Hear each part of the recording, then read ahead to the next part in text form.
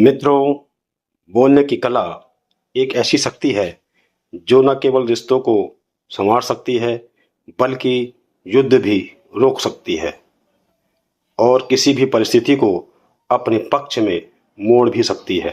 महात्मा गौतम बुद्ध, जिन्होंने पूरी दुनिया को शांति और करुणा का संदेश दिया, उनके जीवन की एक घटना इस बात को गहराई से समझने के लिए काफ़ी है कि बोलना भी एक योग है और जब सही समय, सही शब्द और सही भावना के साथ बोला जाए तो चमत्कार हो सकता है। मित्रों, एक बार गौतम बुद्ध अपने कुछ शिष्यों के साथ विभिन्न नगरों और गांवों में घूमकर लोगों को उपदेश दे रहे थे। एक बार वे मगध राज्य के एक गांव में पहुंचे। उस गांव का नाम था चंपा नगरी। इस गांव में पहले से ही कई तरह की धार्मिक मान्यताएं थी और लोग अपने अपने गुरु और साधु संतों को पूजते थे। जब गांव वालों को पता चला कि महात्मा बुद्ध यहाँ आए हैं और प्रवचन देंगे तो कुछ लोग उत्साह से वहां आ गए, लेकिन कुछ ऐसे भी थे जिन्होंने महात्मा बुद्ध का ज्ञान और प्रभाव पसंद नहीं था। उनमें से एक था विशाल, जो स्वयं को बड़ा ज्ञानी और वक्ता समझता था। विशाल ने सोचा, अगर ये महात्मा बुद्ध इसी तरह गांव में घूमकर लोगों को अपने विचारों से मोहित करते रहेंगे तो हमारी प्रसिद्धि और प्रभाव खत्म हो जाएगा। हमें इन सब के सामने नीचा दिखना होगा। विशाल ने यह ठान लिया कि वह महात्मा बुद्ध को सभी लोगों के सामने अपमानित करेगा। वह जानता था कि महात्मा बुद्ध बहुत शांत स्वभाव के हैं और वे क्रोध नहीं करते, लेकिन वह यह भी समझता था कि यदि वह उन्हें तर्क में हरा सके या उन्हें गुस्सा दिला सके तो लोगों को लगेगा कि यह भी एक सामान्य व्यक्ति है, कोई दिव्य आत्मा नहीं। और फिर मित्रों, अगले दिन महात्मा बुद्ध का प्रवचन होना था। गांव के मुख्य चौक पर एकत्रित हजारों लोग इंतजार कर रहे थे। महात्मा बुद्ध ने जैसे ही प्रवचन देना शुरू किया, विशाल खड़ा हो गया और ऊंची आवाज में बोलने लगा, महात्मा बुद्ध, तुम अपने आप को ज्ञानी कहते हो, पर क्या तुम यह जानते हो कि शब्दों का खेल खेलकर तुम भोले भाले लोगों को भ्रमित कर रहे हो? क्या तुम्हें यह अहंकार नहीं हो रहा कि तुम सबसे श्रेष्ठ हो? क्या तुम में भी मुंह और अहम नहीं है? मित्रों, विशाल ने न केवल महात्मा बुद्ध से प्रश्न किए बल्कि महात्मा बुद्ध को अपशब्द भी कहे, उन्हें अपमानित किया और बार बार उन्हें उकसाने का प्रयास किया। साथियों, यह देख सभी शिष्य और श्रोता असमंजस में पड़ गए। सबने देखा कि महात्मा बुद्ध शांत खड़े हैं, मुस्कुरा रहे हैं और एकटक विशाल की ओर देख रहे हैं। उन्होंने ना कोई क्रोध दिखाया और ना ही कोई प्रतिक्रिया दी। जब विशाल ने देखा कि महात्मा बुद्ध कुछ नहीं बोल रहे हैं तो वह और उत्तेजित हो गया। उसकी आवाज और तीखी हो गई, लेकिन महात्मा बुद्ध फिर भी चुप रहे। कुछ समय बाद महात्मा बुद्ध ने बहुत शांति से कहा, प्रिय विशाल, क्या मैं तुमसे एक प्रश्न पूछ सकता हूँ? विशाल ने चौंकते हुए कहा, तुम मुझसे कुछ पूछना चाहते हो? पूछो। महात्मा बुद्ध बोले, मान लो कि कोई व्यक्ति किसी को उपहार देता है लेकिन सामने वाला उसे स्वीकार नहीं करता, तो वह उपहार किसके पास रहता है? विशाल थोड़ी देर सोचकर बोला, अगर सामने वाला उपहार नहीं लेता तो वह उपहार उसी के पास रहता है जिसने दिया है।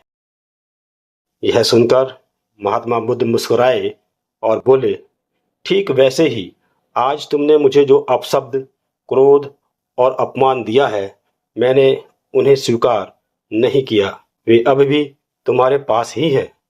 यह सुनकर वहां सन्नाटा छा गया। महात्मा बुद्ध ने आगे कहा, शब्दों का प्रभाव तभी होता है जब हम उन्हें स्वीकार करते हैं। यदि कोई हमें क्रोधित करने की कोशिश करे और हम शांत रहें तो उस व्यक्ति का क्रोध उसी के पास रह जाता है और उसे ही जलाता है।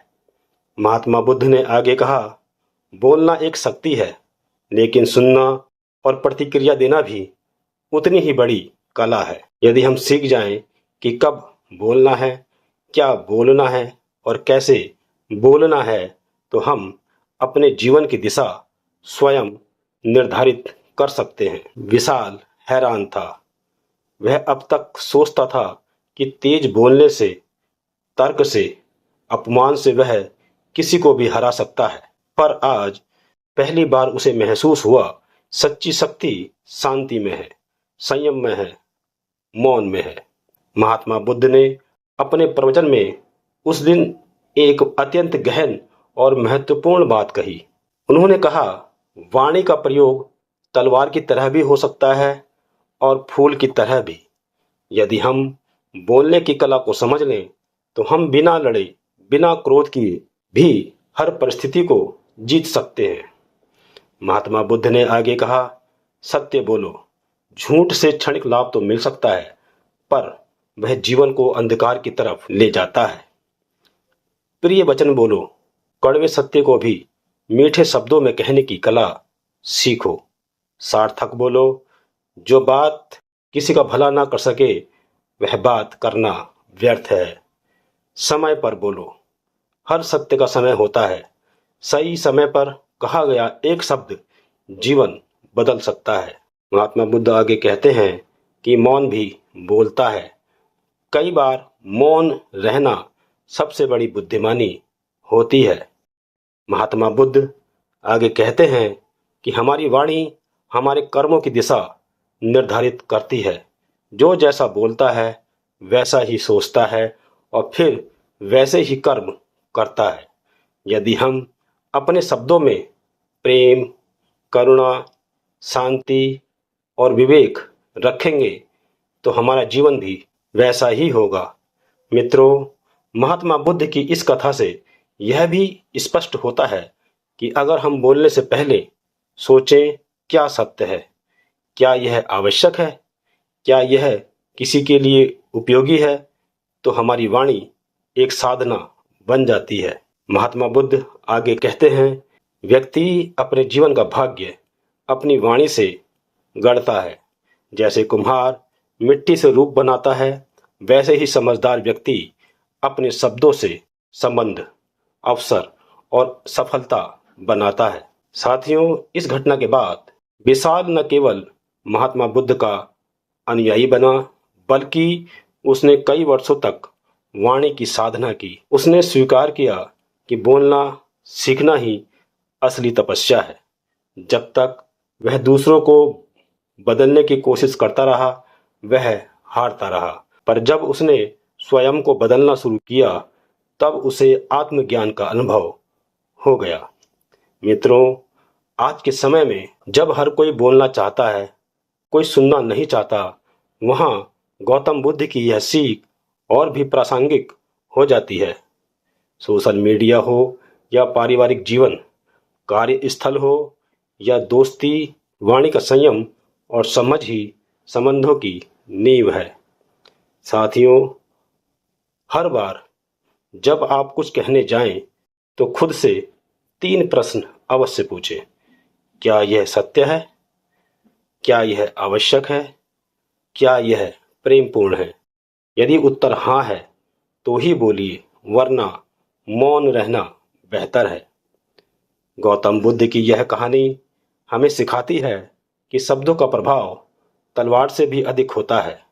यदि हम बोलने की कला सीख जाएं, तो जैसा चाहे वैसा पा सकते हैं, न केवल बाहरी दुनिया में, बल्कि अपने भीतर की शांति, संतुलन और आत्मज्ञान में भी। तो साथियों, अगली बार जब भी कोई आपको अपमानित करे, गुस्सा दिलाने की कोशिश करे, तो महात्मा बुद्ध की तरह मुस्कुराइए, मौन रहिए और समझिए कि जो दिया जाता है वह तब तक सामने वाले का नहीं होता जब तक उसे स्वीकार ना किया जाए।